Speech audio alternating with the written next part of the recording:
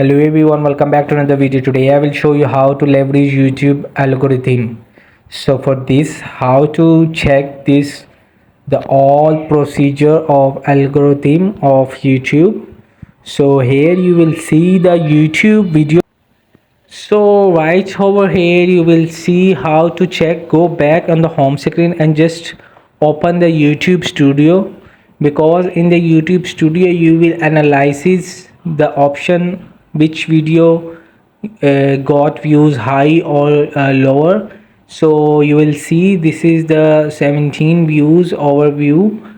I am not the regular user of this algorithm. You can also search on Google YouTube algorithm for videos. So what is the YouTube algorithm? YouTube is recommended system that decides which video to suggest to a particular viewer.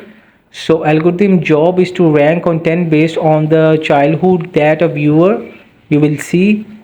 And you will see the also you will see the by YouTube views create content about trending in your niche.